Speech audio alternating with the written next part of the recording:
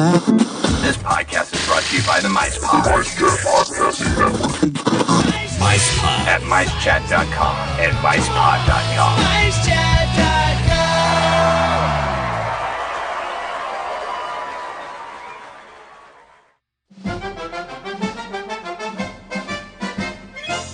Hands up if you're starting to think about booking your next Orlando vacation. Lee, put yours down, we're already booked. If it's that time for you, why not pay Be Our Guest Destinations a visit? They're a Universal Parks and Resorts vacation specialist and an authorised Disney vacation planner. If you want something special, they also book all cruise lines. Staying on Disney property? Be Our Guest Destinations can arrange Universal Studio tickets that include shuttle service. You can't ask for more. So if you fancy letting someone else do all the planning free of charge while you kick back and relax, give them a call on 800 796 6240, email heather@destinationsinflorida.com or tweet @BeOurGuestDest. Give them a whirl. The only thing they won't do is your dirty laundry once you're back home. Disclaimer, Be Our Guest Destinations do not offer luggage packing, house sitting, plant watering, cat feeding, dog walking or granny sitting.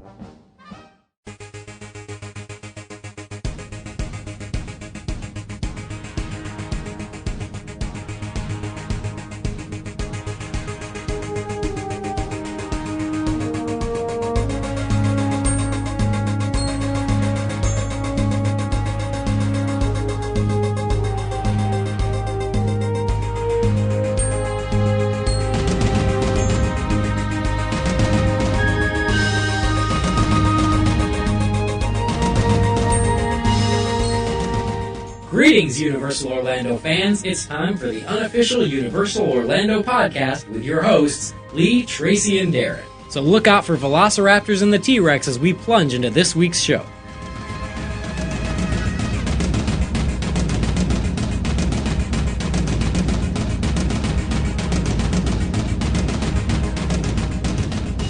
What's up, Internet? Welcome to episode 51 of the unofficial Universal Orlando podcast. I'm Darren, your host, and joining me is Lee.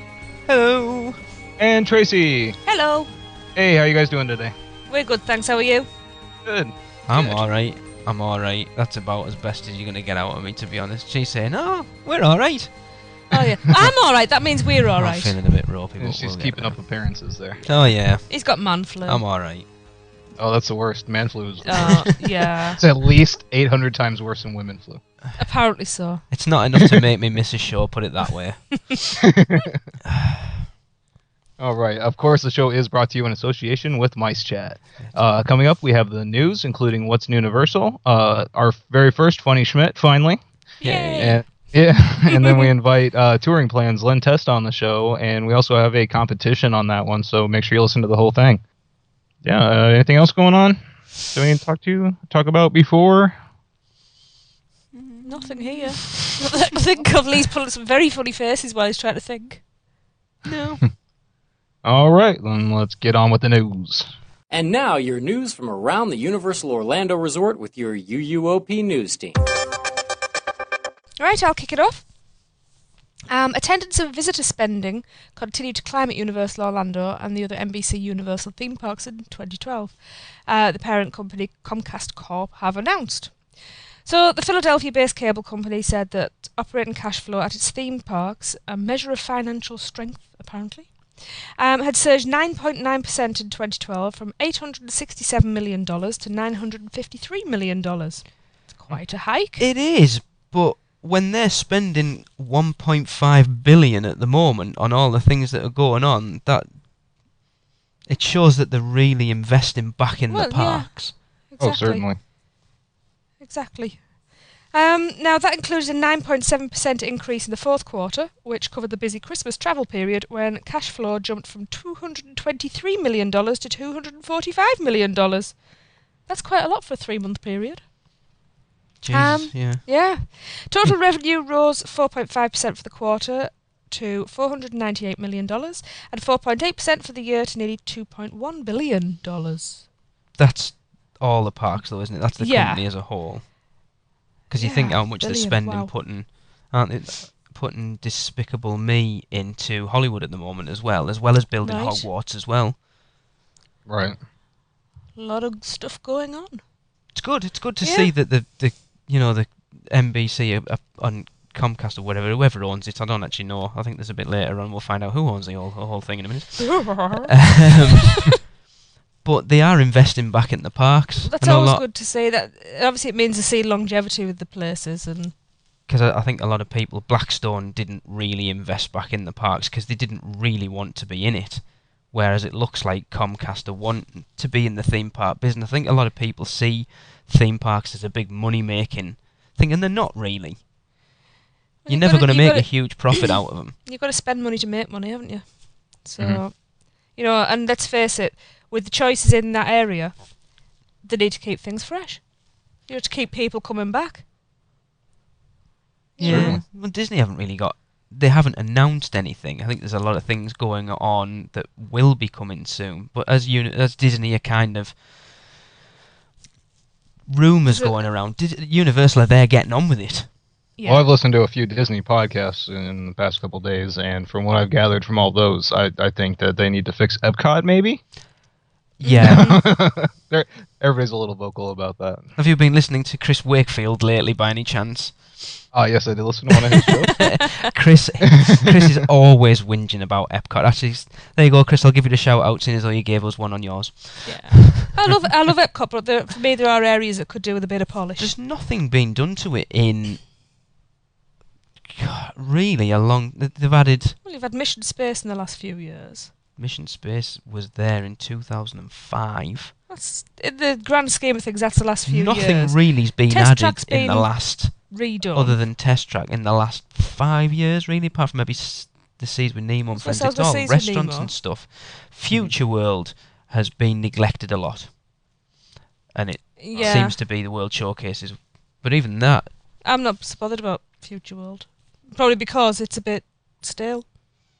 We have to take Darren in there, though. It's been 10 years since he's been. Yeah, last time I went in there, they had virtual reality machines, like the old school ones, like from Lawnmower Man. Oh my God! Wow.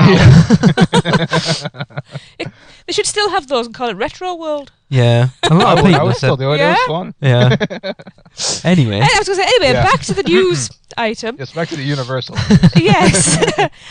Comcast also announced it will pay $16.7 billion to buy General Electric Company's remaining stake in NBC Universal.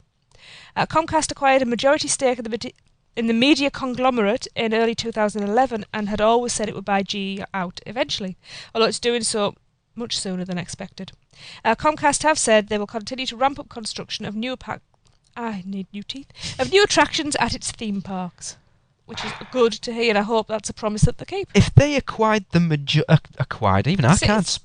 they acquired the majority stake, and then they're now buying GE's at $16.7 billion. How much did they buy it for in the first place? Quite a bit, I would imagine. But it's good. It's got to be good for the resort that they now own the whole thing, lock, stock and barrel. Oh, yeah. Definitely. You know, the decisions are all to be made by them, and the fact that they've said that they're going to continue ramping it up. You know, whatever you got with Transformers opening soon. Yeah. That yellow area that still hasn't been announced but seems to be coming along quite nicely at the moment, and that other place across the lagoon that really hasn't been announced but seems to be coming on quite a lot as You mean it's got a wall around it?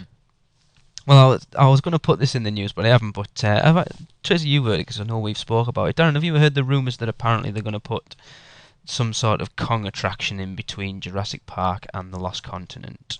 No, I had not heard that. The rumours are something along the lines of the Kong 360 that's at Hollywood, but I can't see how you could make an attraction out of that. Right. Yeah, it would definitely have to be expanded, and that's a lot of extra money to spend, because I know just the little bit that is there, you know, it takes place during the tram ride in Hollywood. Yeah. And just the part that's there cost a whole lot of money to put in. So I don't know. Universal is spending a lot, so maybe we'll see. Is Kong relevant? Are there any new movies coming out? Not before I say that. Not as far as I know. I'm aware. Like, how old's Peter Jackson's now? Must be. Yeah. 5. I was going to say 5 or 6 5 or 6 years old at least. You know, in Hollywood, a remake's always around the corner, so. Yeah, very but true. It is one of those iconic Universal things as well, though, isn't it? It is. I mean, there's still a stink kicked up about it About the mummy replacing it. And Darren never getting to ride it because it was broken down every time he went. Yeah. Yeah, I don't see anything on IMDb, so. Oh well, save me. I was just on there. Yeah. Cool. Yeah. All right, I got one here. We have been reliably informed that the Transformers ride is cycling the ride vehicles 24/7. That goes along with pictures we posted of the construction walls being taken down, getting a little advanced more on the outside. Oh yeah, it looks cool. A lot of people said the building looks like an eyesore, but I think it looks quite. It is what it needs to be. Well, yeah.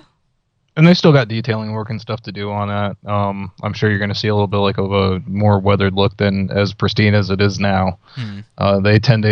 Universal tends to look at the details on their set pieces. And that's kind of what they do. So what I want to see is like some blast marks, like scorch marks where it's been. That'd be cool. Hit with definitely whatever. Do they have lasers, transformers? I'm trying to think. No, they're more like machine, like missiles and guns. That would be cool.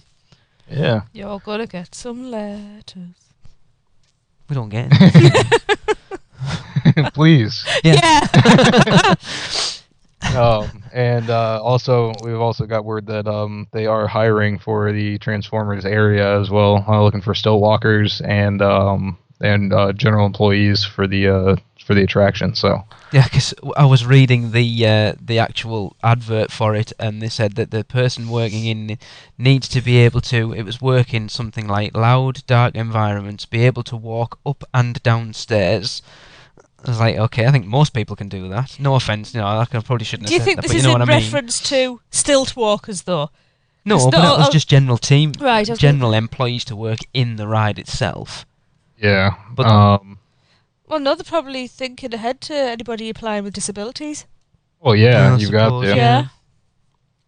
I never considered and then there can't be held to discriminate because against people because that's part of the attraction. Yeah, there's stairs there, and because it is on 2 levels. I suppose if they need to evacuate it at some point on this, and it's stopped on the 2nd level.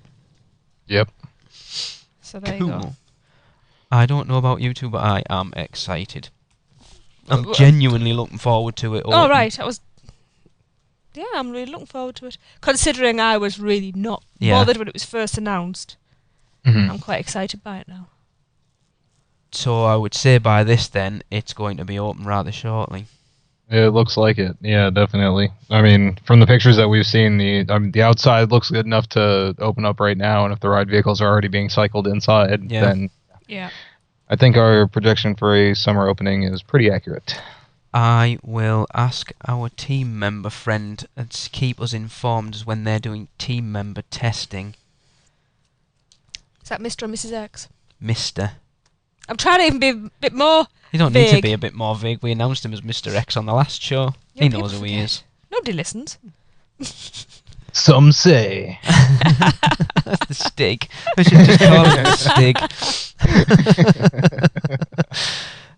Right, go on then. I've got one more bloody money getting spent. Apparently, Orlando have said, this is obviously Orlando itself, have said they're going to spend $9 million in taxpayer money for improvements around Universal Orlando, and half of it is going to be spent on a pedestrian bridge that will be used almost exclusively by theme park guests. That would be good. Now I've listened to busy roads around there. A few podcasts mentioning this, and a few people are like, "Well, why should Orlando spend the money for it?" Well, again, they say city leaders say the flyover bridge is needed to keep pedestrians safe, but critics are crying foul, labelling the bridge as a giveaway to Universal. "If it's going to serve Universal, let Universal pick up the tab," said Lou Treadway, a member of the watchdog group County Watch and former Orange County Commissioner. "It's not an appropriate use of tax dollars, it's as simple as that." The plan also includes stormwater improvements, landscaping and signs, and the elevated walkway would carry people from a Universal hotel across a busy road to other property owned by Universal. It's the path guests at Universal's It's the path guests at Universal's Cabana Bay Beach Resort, which is under construction, would take to walk straight to the gates of Universal's Islands of Adventure. So the city would own the bridge, but it would sit in... Sorry, I've just got images of like a little toll booth, pedestrian toll booth. and it would sit in the city right of way, whatever that means. Right. But in all other respects, it seems to be part of the hotel. So Universal representatives asked for it and developed the project budget. The bridge's design and finishes will even match those at the theme park. And Universal, not the city, is building it. Orlando will reimburse Universal for the construction costs. City officials say that the improvements, including the $4.5 million pedestrian bridge, should go forward, and many I-4 commuters use the Universal exit as a shortcut to Turkey Lake Road and the Dr. Phillips area. And the theme park's continued expansion creates a dangerous mix of automobiles and pedestrians. Mm-hmm. The argument there probably is that without the theme parks, Orlando doesn't have that much of a tourist pull then, does it? The thing is, So it's in the whole area's interest to make things easy for the tourist. That'll probably be the argument. You've got But to I actually see both sides of the argument completely. Certainly. There must be a little bit of city property that crosses to go from where they are building that resort over to Universal. Yeah. I haven't really seen maps of that, of like where it's going in. So, have you? No, I'm trying to think where it's, because it doesn't say where it's crossing. Right. Maybe there is just a little bit. I mean, all you need is a sliver to get into some crazy, like, politics kind of thing. Yeah. Where who's covering this? I was hoping that you were going to say it was going from the Holiday Inn over to Universal, because that's where they desperately need one. That's a really busy part of the Yeah, road, isn't it? yeah, for two reasons. Because it backs up traffic when you do push that walk button. It has to give you like a minute and a half to cross the road because it's so long. Is it six? Is it 6 lanes at that point? I believe it's 8 lanes. 8. Wow. That's Universal Boulevard, isn't it? Is it? Yeah, it's like a big crossroads. Isn't it Universal Boulevard? Yeah. I don't think Universal Boulevard, I think, is the one that goes into Universal. Yeah. I think the one you're crossing is something else. You're crossing. I forget. I go on it every time and I always forget what the name of that road is. But it's the one that is the Universal directly across the street from the main entrance. Where I usually stay is Anyways, that's a really like I said, it holds up traffic for a long time from people trying to get in the parks and that kind of thing. And it's also extremely dangerous to walk across because people are turning right and turning left and that kind of thing. So, I want one there. Yes. I'm going to start my campaign. Sounds like a plan. I'm just trying to find out what that road is. South Kirkman Road. Kirkman right. Road. Yes. Yeah. You're right. Yeah. And that's a beast. Especially at night when you're coming back to the hotel, that's a pretty scary run across the road. Yeah, I can imagine. Especially in like the summertime and stuff when it's busy. Yeah. Those roads can get horrendous around I Drive sort of way. Yeah, and Halloween Horror Nights too, when it's 1 a.m. Yeah. Not everyone's been drinking responsibly and still driving, Yeah. Okay. It's a scary place to be. I usually take a cab home that night just for that reason. Even though it's right across the street, it's worth the $5. Yeah. Yeah. So there you go. Yep. Yeah. More construction going on. More construction. Yes. Well, it's time for this month in history again. Rattled round already. Go on then. It should have been this month in history, but Lee cocked up and put Mays in, so Tracy will record it separately, so Darren and I will not be commenting on this month in history. Darren. You can just do a lot of, interesting. Very cool. Awesome. How awesome is that? Okay.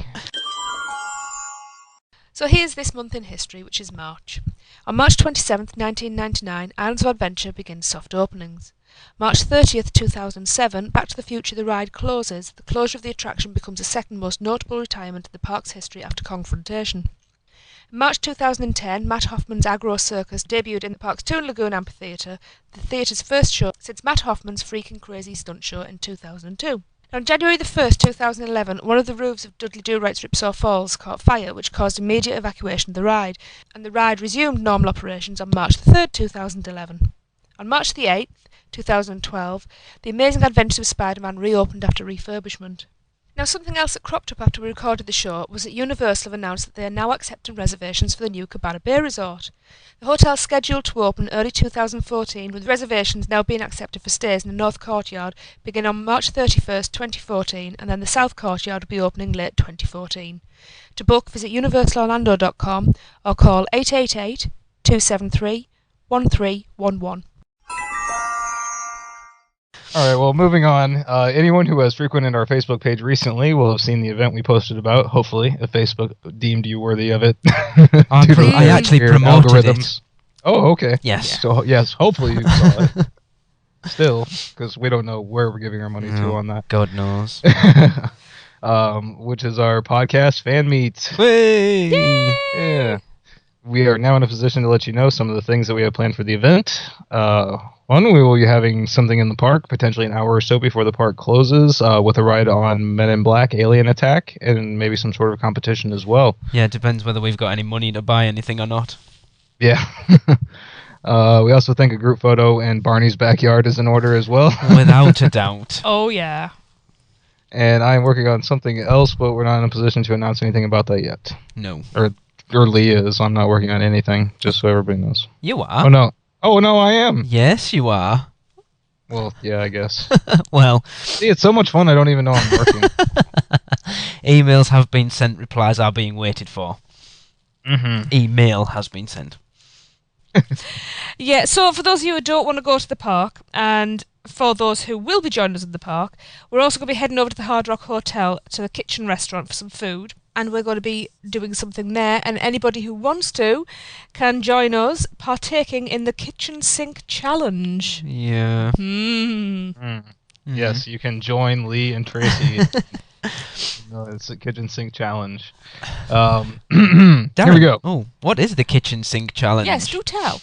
Well, to complete the challenge, you must consume a kitchen burger, usually a 10-ounce patty, but vegetarians can request a veggie burger patty replacement, a side of french fries, a fried pickle, and a slice of the kitchen sink cake, all within a 30-minute time limit. You know, that doesn't sound like much, you're saying to yourself. Well, let me continue. The kitchen sink cake is a 3-pound slice of cake with 7 layers of heaven, including brownies, peanut butter crunch, chocolate chunk cookies, cheesecake, pecan pie, devil's food cake, vanilla chiffon cake, all covered in chocolate buttercream frosting, chocolate chips, chocolate sauce, and Heath Bar Crunch, served with vanilla bean ice cream. That description neglects to include the 2 giant strawberries and various pieces of artistic chocolate decorating the cake. For full full disclosure, Derek, I did use your article for that little bit there, so just so you know, Derek Bergen wrote that for Orlando Informer, so there you go. Oh, there you go. Lee, Tracy, Eric, and definitely not Darren, the 2 kids, as well as a few listeners we know will want to join in too. Anyone who attends the meet will be welcome to join us. We will not pay if you do not make it, though, so just want to say that. It's $40, and it's free if you manage to finish it in the allotted time. And I assume there's a doggy bag if you don't. I would like to think so. If I'm paying $40 for it, I'm taking it home if I don't finish it. Yeah. And if you stay on the 7th floor of the Hard Rock Hotel, I'm sure you can get that pre-prepared for you during dinner time. In the in the lounge, the Club 7 lounge. Yep. We're also planning something else special for this part of the event, but as before, we're not in a position to announce anything yet on that. We are not, but you dangle that carrot. I like to. Oh God, don't. No carrots. There's enough food there already. Yeah. So anyway, if you're interested in attending, like Darren said, it's been on our Facebook page. But if you haven't seen it, go over to facebook.com/unofficial Universal podcast and find the little event tab. There's like the 4 or 5 things underneath the title bar, and it's in there. And just click in there and let us know you're coming, or you might be coming, or you can just email us at podcast@uuopodcast.com. This is just there's a chance at the moment. We're going to be asking people to confirm their attendance in a few months' just so we time. can actually let the chef know. Yeah, well, that's it. How many, we'll be asking, are you going to come to the park bit? Are you coming to the kitchen sink bit? Are you coming to both? If you come into the kitchen, are you going to do the kitchen sink challenge so we can sort everything out? Well, for finessing the event anyway, we need to know for the different areas. Rough idea of who's going to be there, because we don't know what giveaways we're going to be having or anything, and we don't want anybody to be left out. Yeah. I'd just like to say I hadn't realised how much chocolate was involved in the cake. After going to the handmade burger company at the weekend and struggling through a burger and fries, I think I need to do some work. I could have easily done dessert as well. I'm in training. I can't finish a piece of cheesecake. Yeah, I'm in training. That's what would stop me. Well, Darren is going to be our roving reporter then. Yeah. What's Heath Bar, Darren? Heath Bar is what is it most similar to? I'd say like Butterfinger. It's very close to like a Butterfinger bar. All right. I've read a Butterfinger. That's what. Oh wow. I have. It's like an American staple, I guess. One of those. Yeah, it's like toffee. Heath is toffee on the inside, chocolate on the outside. Dark chocolate, I believe. Oh God, more chocolate. So that's like all ground up. Yeah, and God. Placed all over it. Okay. Yep. Right, there'll be a big fork to mash the cake up, so I don't have to eat chocolate cake by itself. Or It's chocolate huge. frosting. Or chocolate chips. I don't like chocolate very much. Yeah, with a 3-pound slice of cake, I think there's going to be at some point where you're going to have to eat everything by itself and quite a lot of it. I think there's definitely Eric said he'll do it. Me and Tracy, the two kids, and then I think at least Derek said he's going to do it with us because he's tried it and hasn't done it yet. I think Chris Wakefield said he's going to do it. Ryan Barr said he's going to do it. Brandon Glover said he might do it. So potentially quite a few of us are going to have a go at it. Can I just I'll do it if enough listeners will secure the payment of my meal if I don't make it. And then I'll let you guys have all the leftovers that I didn't have. There's going to be some distressed toilets the next day. I'm just thinking about having to cart all 4 of you in wheelchairs around Disney World. I was going to say I we can't could get believe on the kids are going to segways, do it as well. but we're not allowed to, are we? Go on. No, I think we'd you'd break be a them. little unbalanced. Yeah. Maybe, yeah. Cool. It's going to be like Moonwalker. Oh, God, aye. See some little mopeds. Oh, you have to give me this. Yeah. Ugh. Right. Don't forget, Mardi Gras is still going on at Universal Studios Florida, and the concerts continue with Demi Lovato on Saturday the 2nd of March and Montgomery Gentry even on the 9th of March. Heard of one, not the other. Yeah. Darren's heard of Montgomery Gentry. It's very difficult to say. Because he's a country singer, isn't he, Darren? Yeah, sure.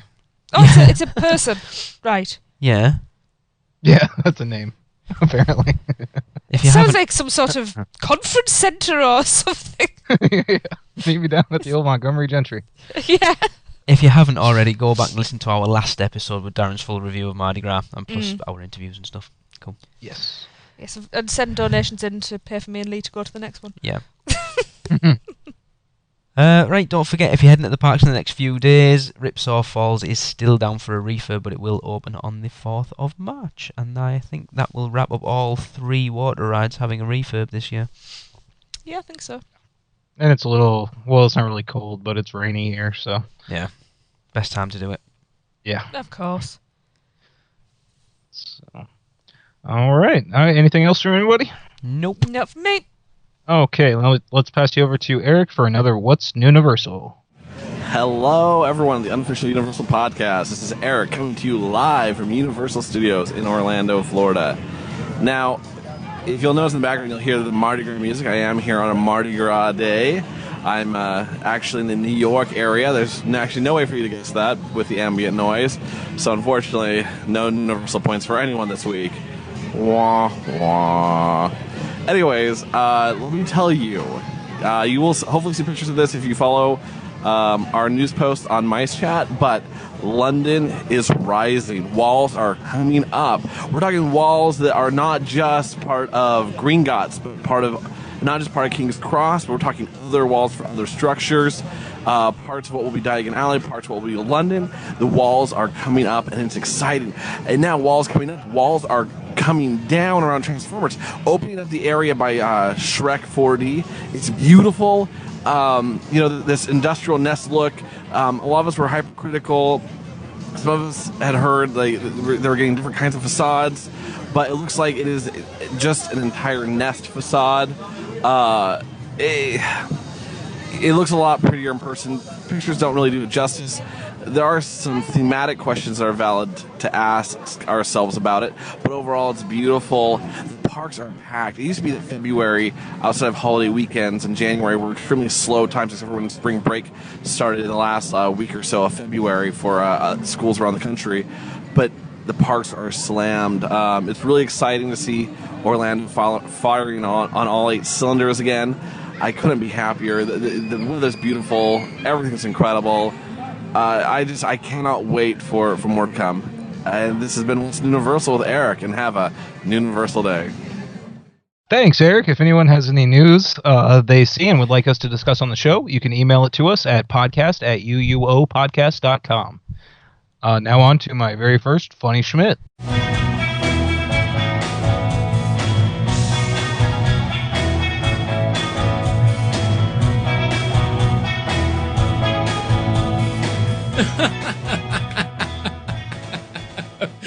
Oh, that's some funny Schmidt. This one comes to us from a listener, Daniel. I have a funny Schmidt story from 2010, my last visit to Florida. I should probably begin with an admission of how terrified of E.T. I was as a child, and that at age 29, I still carry this today. My first experience of the E.T. ride haunted me somewhat by hearing the creature of my nightmares actually saying my name and seeing him in the flesh. During my 2010 visit, I again experienced the ride akin to a great haunted house ride to me, and was being urged to have my photo with E.T. in the shop after the ride. The team members could see my anxiety and joined this gentle encouragement and allowed me to go just near the 2 different model ETs they have first to get used to it. And while I sat next to the ET, one of the team members snuck over to the side and started to move the ET towards me, bringing a nightmare of him coming towards me to life. They found this hysterical and proceeded to tell me how they would lock the shop doors and E.T. would chase me around. Thinking rationally, I clearly knew this was not happening, but having just heard him say my name and now having him running towards me, it wasn't the most pleasant of experiences. Fortunately, I have 2 photos with him now where my fear is pretty well hidden. That's a pretty good one. He said he considers it a scary Schmidt story, but the laughter from others at this story and of just being scared of E.T. in the first place ensures me that it may be a funny Schmidt story. My short version of my fear is a small alien with scrotum-like skin comes to Earth and nearly kills an innocent boy. He also extends his neck and screams in the dark forest, and that scares me. As an aside, when I was a child, my sister used to leave trails of M&Ms down our garden path to our shed, much like the movie, to scare the Schmidt out of me. Anyway, keep up with the great podcast. Take care, Daniel DeVille.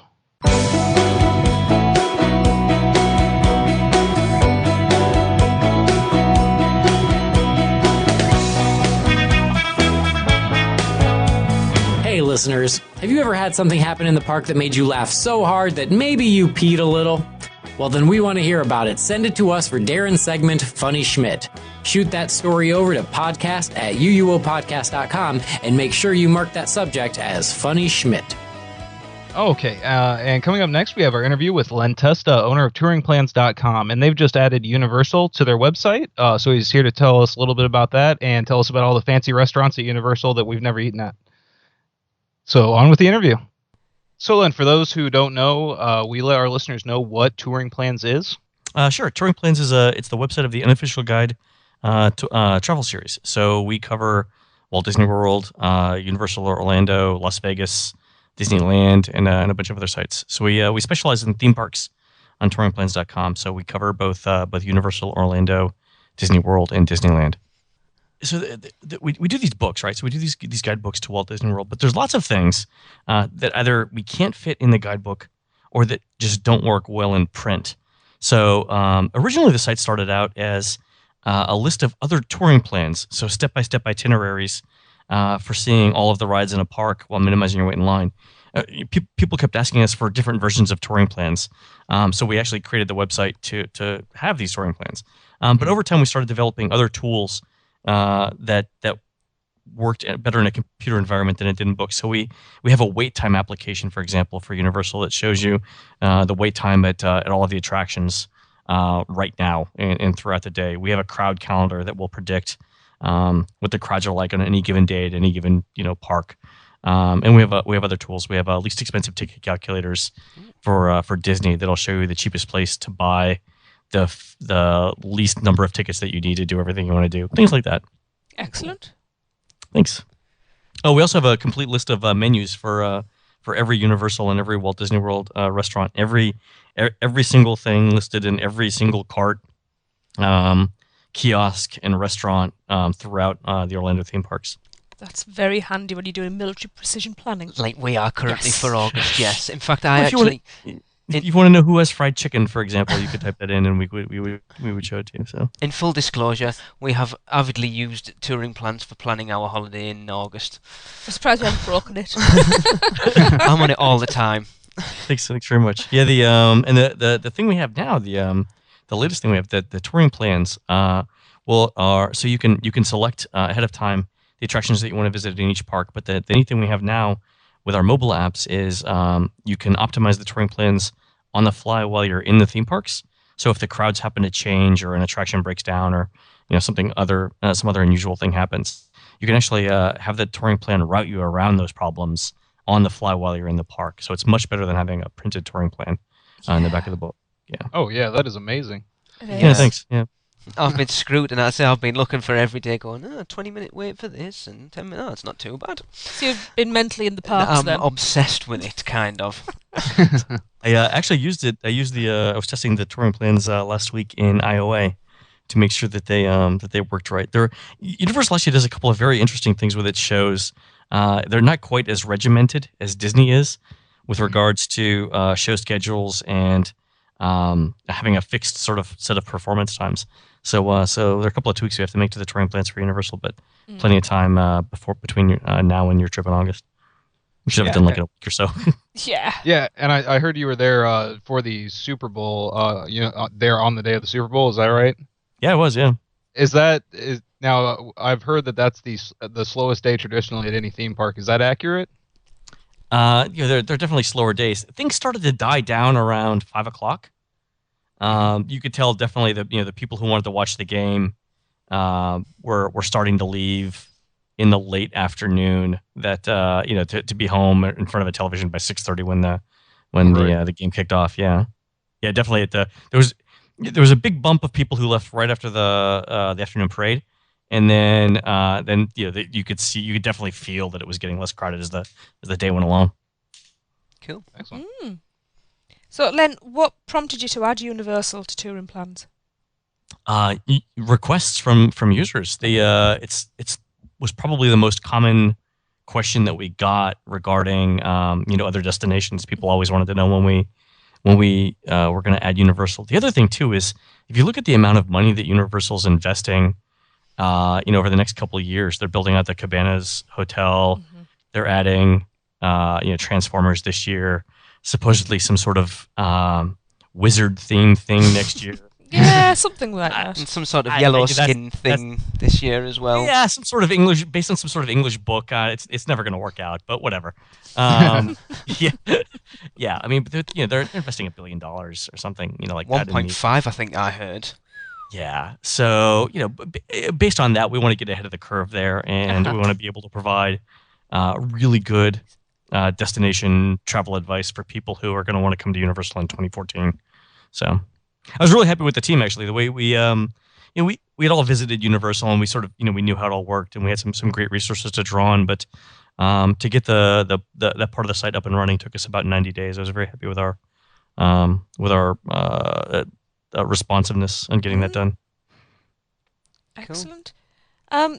You were just saying about the mobile app, and as things change, you can update the information. How do you go about doing that? A couple of ways. So we have you guys have heard Scarlett, one of our researchers on other shows.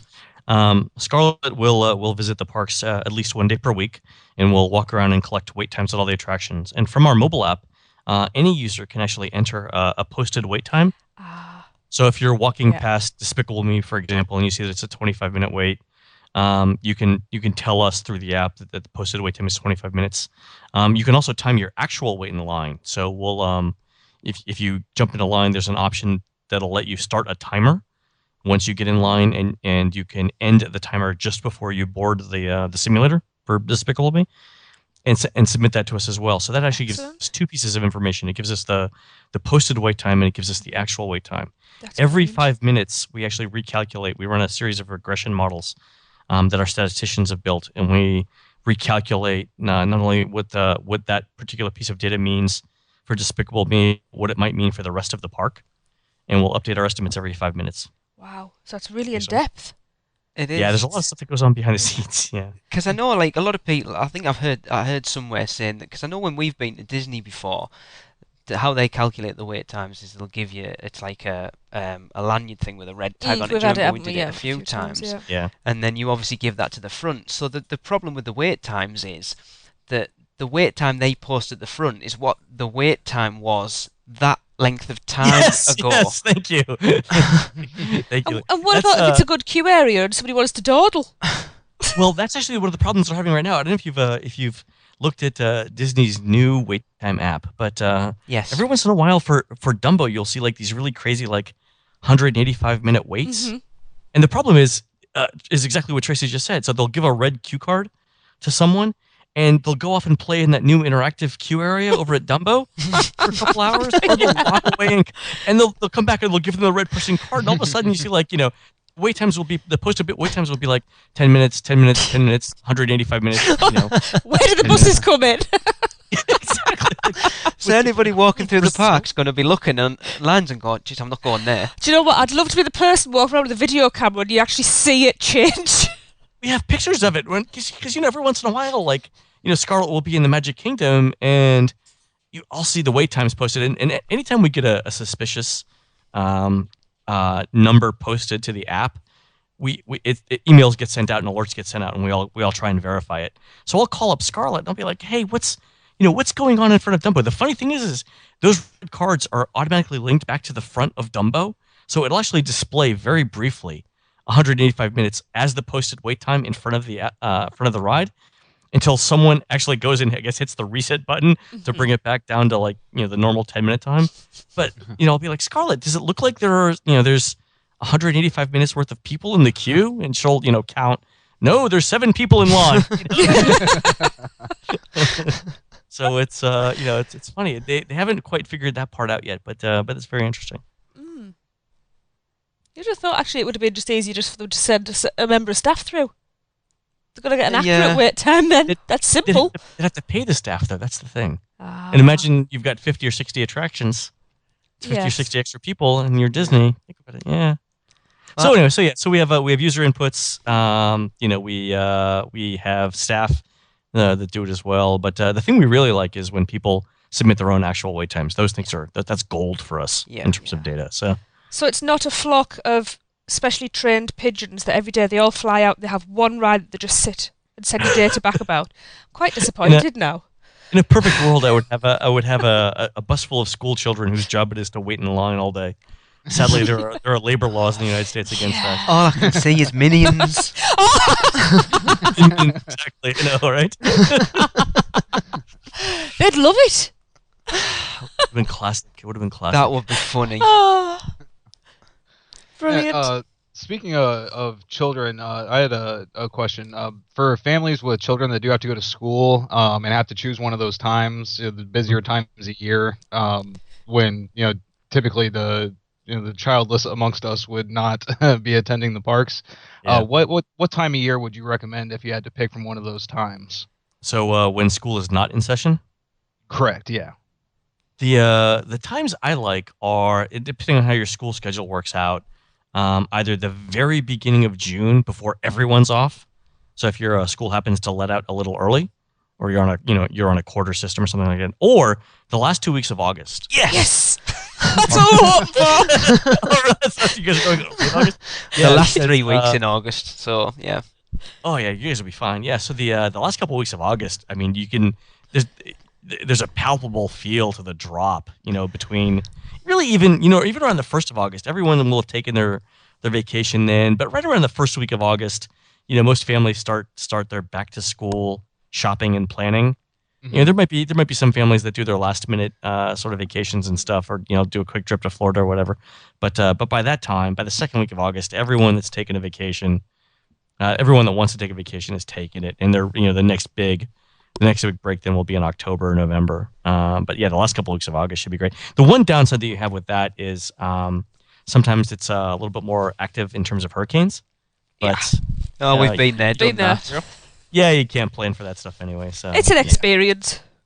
Exactly. I mean, what's Florida without a couple of hurricanes? Oh, yeah. Exactly. Anybody who's been listening to the podcast long enough knows our first experience of Florida was Hurricane Francis. Jean, thank whatever. you. Was it really? Yeah. Yes. Literally Well, closed the lockdown for airport 24 after we hours. stepped off the plane. Really? On the Off plus? plane? Yeah, off the plane and Shut the That was airport 15 minutes. Well, it literally shut it closed behind the us. We were airport just like, behind there's us. your bags, go. There's any car, just go. Off you go. It was great, and having never driven over there was nothing on the roads. Yeah, because we flew into Stanford. Oh yeah, there's nobody's on I-4. Everyone's at home boarding up their houses with plywood. Yeah. So there was no, you're on the wrong side of the road. It didn't matter. Len Testa, yeah. Yeah, once you get a taste for that, driving on the wrong side of the road, it's so much easier, right? Oh, I love driving over there. You never want to go back. I know. It makes so much more sense. We should move. I He's wish just we looking could. at me. I say this every day, but he just won't take the bait. Anyway, sorry. Yeah. Where are you guys staying when you come down? On iDrive.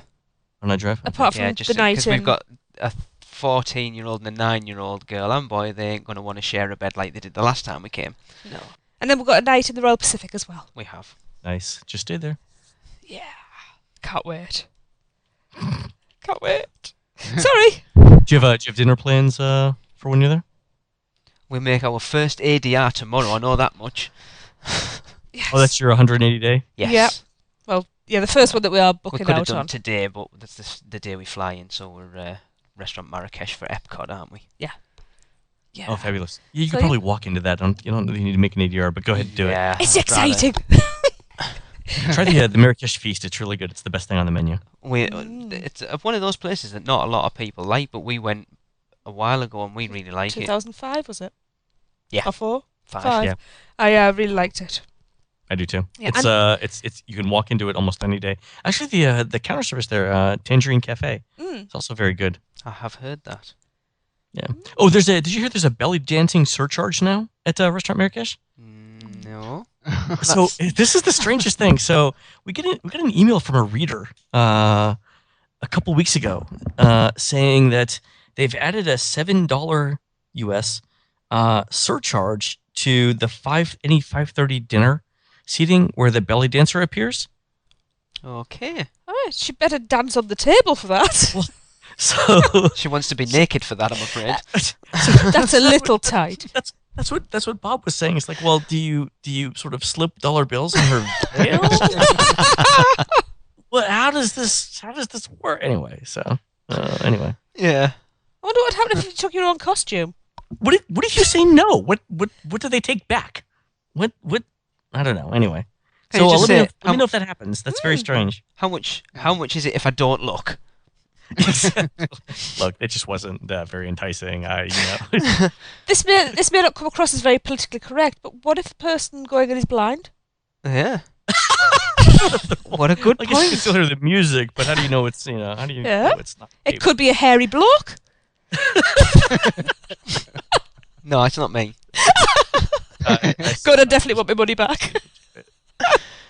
All right. Back to Universal a little bit. Yeah. It's too much Disney Oh talk. yeah, that's what we were doing. Back to Universal. Then.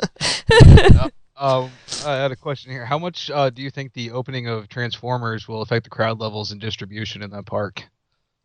In terms of crowd levels, I think it's going to be a pretty big draw. It's a big 3D film, 3D ride. It's got it's going to be the same thing as Spider-Man, right? Over at IOA. Yeah. The interesting thing to me is where they put the ride. Like, so you've got, in terms of crowds, right?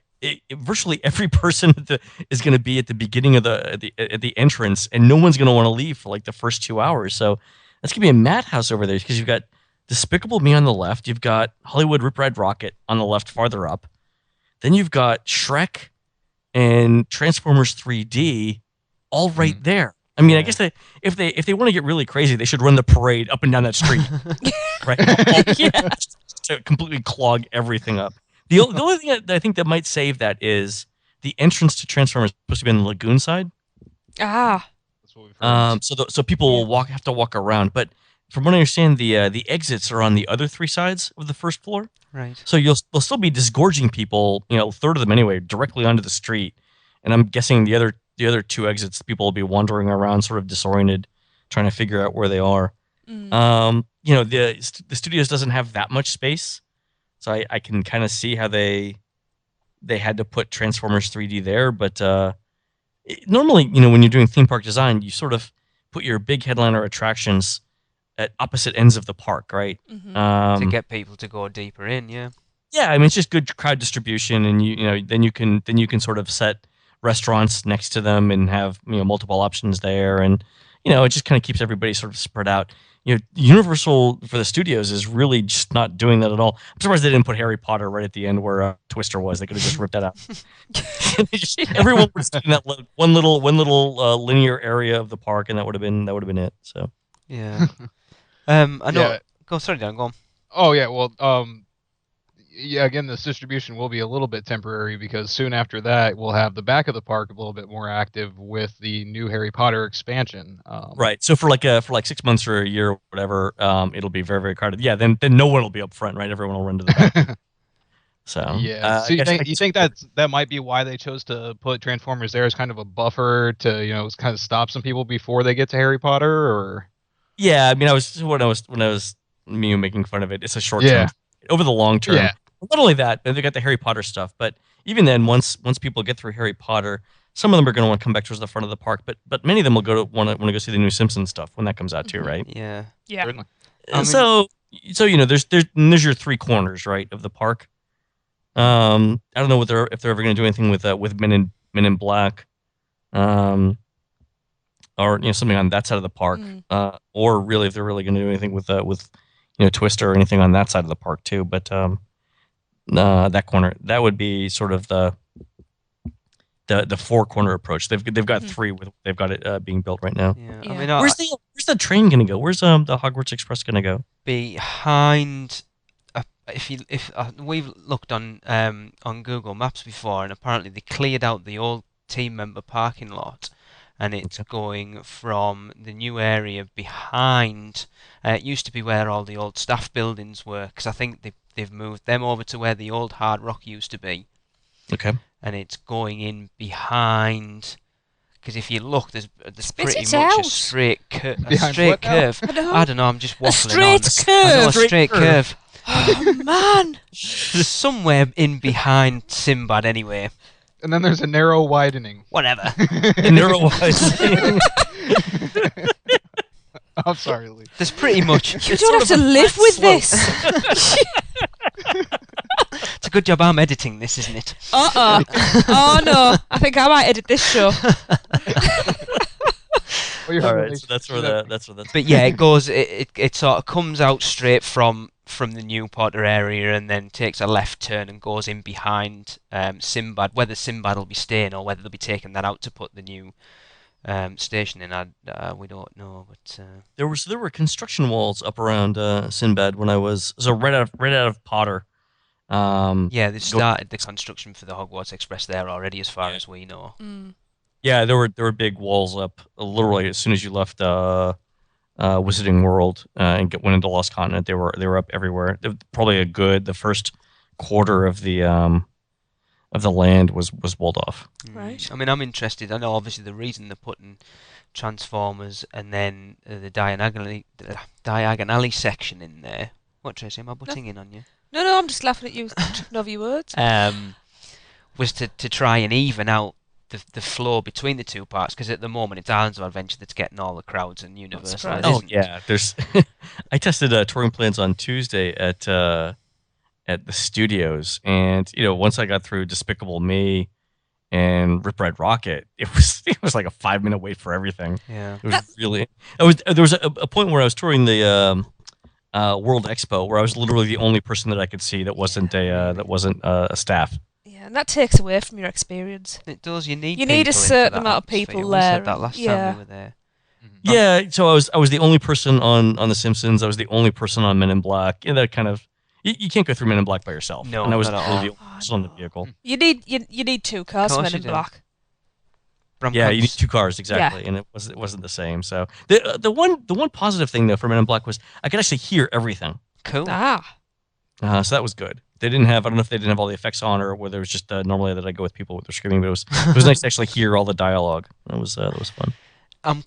My concern is that a lot of people are going to go though that it's going to end up affecting it in the opposite way. That everybody's been and done Hogsmeade, and then the Islands of Adventure's going to end up being dead, and everyone's going to flock to the studios. I don't know. I mean, IOA has the Hulk, it has Spider-Man, and really the Forbidden Journey is a pretty good attraction. It's not gonna stop just because that. I mean, certainly the locals will want to go do the hot new thing, once that opens. But still, I mean, enough people are gonna want to go see Hogwarts to it'll still be popular. Yeah. Plus, IOA has the Grinch, and that's all I need. The Grinch. My hero. Oh yes. I was trying to get a photo of the sign for If I Ran the Zoo. I swear I looked on the map, and I don't know if it was just me and I couldn't read the map. Maybe I was drinking a little too much, or the map is just slightly off. But I could not find. I mean, I ended up finding it, but I had to ask somebody. I couldn't find where If I Ran the Zoo was. Strangest thing. Oh. Anyway, I found the sign. Yeah. I was pretty happy with it. Good. At least you found it. Yeah. No, I know he said before we started recording about the restaurants at the parks as well. That's part of touring plans. They have all up to date of all the restaurants and the food carts in the park as well. How up to date are they? So I just finished photographing all of the menus, which will, depending on when this podcast goes live, certainly by the middle of February, it'll be completely up to date. We're trying to do the menus every 7 or 8 weeks. So, Great. At least every 45 days or so, or 50 days, there'll be an update. That's a really good resource. Oh, it is. If you're not sure about where you want to eat, because a lot of the time you might go somewhere and think, oh, I like the sound of that. Because you look at on the theme park websites, they're always very general of what they serve. Sure. To then be able to actually go and have a look at the proper menu and go, well, there's nothing on there I would actually eat. That's it, especially if there's a group of you as well. There's always one picky eater. Well, Tracy, look at it. We've done it for looking at where we want to eat when we go to Disney. By using touring plans, we can look at all the places that we've earmarked to eat and then go through the menu. And actually, there's a few places we've looked at and actually gone, do you know what? There's nothing there that I would eat. The other interesting thing that we're doing, and you'll see this on our menu app, is we've started reviewing every menu item served. And so for example, you'll see on the website the things that I ate last week at Universal. I actually entered in reviews of every single item. So, for example, at Emerald's Chop Chop, I entered in reviews of all of the things that we ate, and I said, for example, okay, all of the meat items were better than all of the seafood items. Right. And so you'll be able to see that not only for the overall restaurant, but on the individual thing that you wanted to order. We've actually started reviewing individual items. So at Thunder Falls, so I reviewed the chicken, the ribs, the corn on the cob, all the different items there, and I said, these are the things that are very good. These are the things that are just okay, or that you can find elsewhere. So not only can you look at the menu, but you'll actually see our comments on the food that we've eaten there. Right. Did you review butterbeer, or did you go, not really much point? I like the butterbeer. I like the frozen butterbeer better. But the funny thing is like you can drink it for like a minute or two, and then it becomes a little too sweet and too butterscotchy. I know. Go on, Darren. Tell him how much. I know, right? I feel the same thing about every frozen drink ever. I can drink like a minute for a minute or two, and then after that, that's enough for me. It was after 6 that I decided that this was just a little too sweet for me. Yeah. Do you know how much sugar that is? Yeah, actually, I felt a little justified in it because I found out that due to J.K. Rowling's strict specifications and interviewing the head executive chef at Universal for Mardi Gras, we found out that it has less calories in it than a 20-ounce bottle of soda. Really? Yeah, but 6 of them, dude. Yeah. I don't care if it has 150 calories. 6 of them is still... This was over an entire day, and this was my first experience of the Wizarding World. So, did you get the regular one or the frozen? Both. Which did you like better? I like the frozen one. Yeah. It was also about 100 degrees outside, so the Yeah. frozen one worked out a lot better. What's The other one what's the became foam warm. topping that they put on it? It's a butterscotch style topping. Everything's Yeah. strictly held secret, but that's where that butterscotch flavor is coming from, mainly that top, and then the bottom's more of like a cream soda type flavor. I would actually drink an entire cup of the butterscotch stuff. Yeah. I would be absolutely happy with that. The thing Frozen. is, if you look as well, that from Universal doing butterbeer, it's inspired. That's the thing now. Like Disney have got Lefroux's Brew and it's the Red's complete Apple and Freeze. Come on. That's Yeah. the big thing now, to come up with themed food and drinks. Well, not only that, but if you notice, Disney's gone, like, they have a little foam topping on the top of butterbeer, right? The butterscotch stuff. You cannot buy a frozen drink at Disney without them putting some sort of cockamamie foam topping on it. Mango, passion fruit. Exactly, it's mango. Yeah, mango, passion fruit, guava. It's buy this on sale and you gotta get rid of it. What? It was anyway, but that was all very good. I gotta say, I think I like the food better. I definitely like the food better at IOA than the studios. There's one of the other things that I hope when they do, Potter and put all this money into the studios is that they get better restaurants over there, because really the food there is not that great. It don't look like that. We haven't eaten that much in studios. No, this is true. Bob's Pharmacy. IOA is significantly better, and we're actually telling people on the site that your best option for lunch might be to walk over to one of the resort hotels, Right. and grab lunch there. Like, so I was at Jake's American Diner for lunch over at Royal Pacific. They do these Lee, interested, you guys probably haven't had it, but American pork barbecue. Right. Have you had the pork sliders over there? Nope. No. They are tasty. So it's 3 small brioche buns, and it's actually brioche, not like the stuff that you see in theme parks that says brioche in quotes. It's very light, definitely egg involved in them, but with a generous helping of sweet and tangy pork barbecue pulled, so not sliced, pulled, and then on top of it just a touch of creamy coleslaw. But they were perfect. They were perfectly done. Ooh. And so what I think, instead of you could try the meal deal, and you could have a burger or something at at Mel's at the studios, but for a 10-minute walk, go do that. It's gonna be a much better environment. You're in the air conditioning. It was dead quiet. Yeah. It was it's a lovely walk too. It's very pretty along the waterway. Well, we've said a few times when we've been in the parks that we couldn't find anywhere to eat, but never actually think to step out even into City Walk. Yeah, City Walk's okay. And there are a couple places in City Walk that are good. I like actually I like the hotels better, but City Walk's okay. I was gonna say I like Emerald's, but that's more of a dinner place. I think like NASCAR Cafe, NBA City. I mean, those are okay, but I think you could probably switch those 2 menus. Yeah. And one would never know. So it's tourist food then. Yeah, Hard Rock. Hard Rock has decent burgers, but It's like Planet Hollywood Rainforest Cafe type stuff of what Disney have got. exactly. Again, you could switch the menus and no one would know. Yeah. I mean, Margaritaville, maybe slightly different. The Bob Marley tribute restaurant.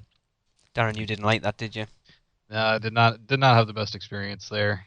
Was But- it you don't like the spices, or was it bad service? No, it was actually the seating outside in a slight drizzle, with the temperature getting up to, again, this was the time when it got up to near 100. And they decided halfway through our meal to turn on one of the fans for us, like that kind of thing. So somebody not thinking. Okay. Yeah, and also I had a chicken sandwich, and it was just it was very dry. Like it didn't. I might have just been there on a bad night, got the the wrong one, but just didn't turn out too well for me. So I really like the idea of walking over to the hotels. I like that idea. Tip of the All right. day. Yeah. Yeah. Good tip. And just to finish off here, how much is a subscription to touring plans, and what can people expect to get for their money? It's a good question. We haven't formalized the pricing yet. So for right now, it's free. It'll probably be somewhere around $5 for a year for the Universal content.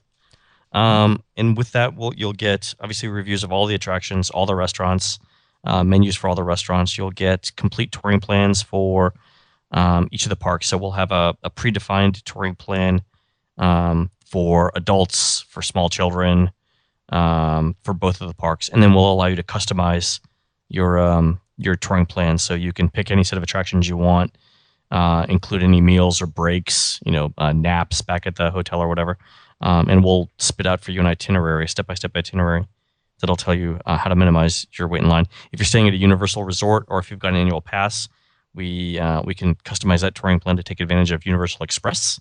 So if you've got it, we'll tell you how to use it best. If you don't, we'll tell you how to avoid the lines anyway.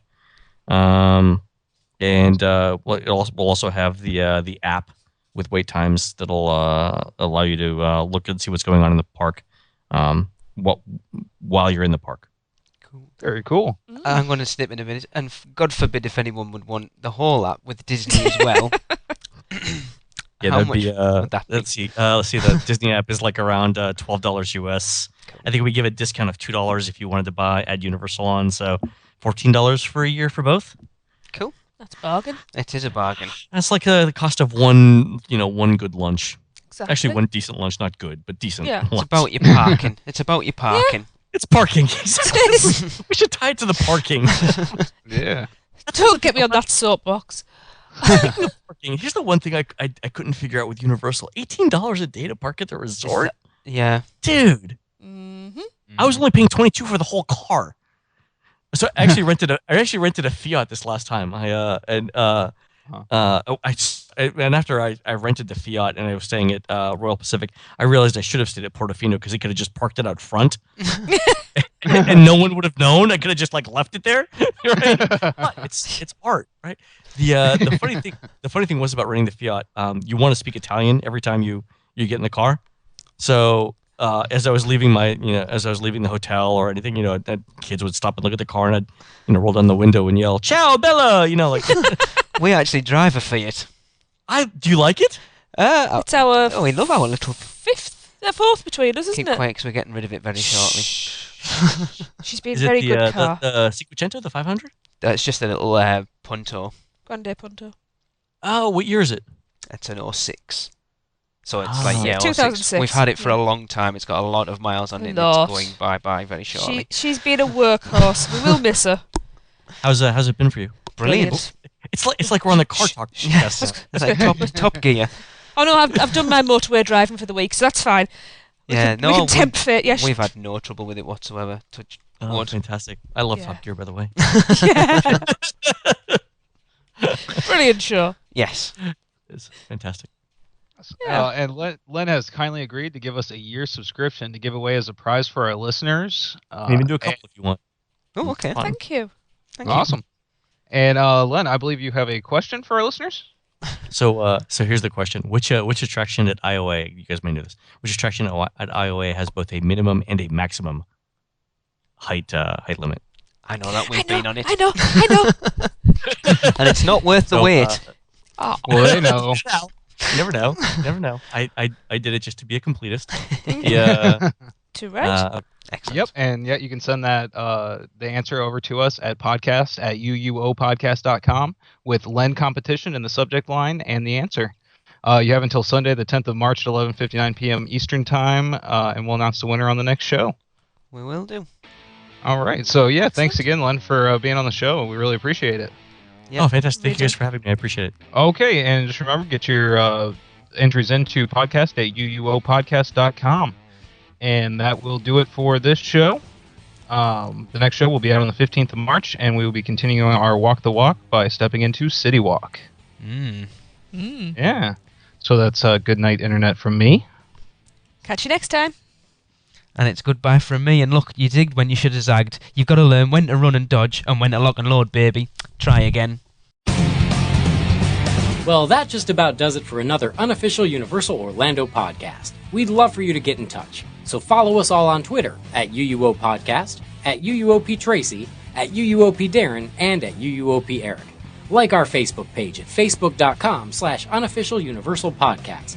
Follow us on Instagram by searching UUO Podcast, and subscribe to our YouTube page at youtube.com/UUO Podcast. Don't miss a show by subscribing to us on iTunes, and while you're there, please leave us a review. Not an Apple user? No problem. Just find the show at uuopodcast.libsyn.com and subscribe to the feed while you're there. Send us your spews, funny Schmidts, live reports, and any other comments at podcast@uuopodcast.com. And come find us on the forums and say hello at our partner site, micechat.com. So thanks for listening, and until next time, remember, live the adventure. This has been a MicePod.com presentation. Copyright 2013.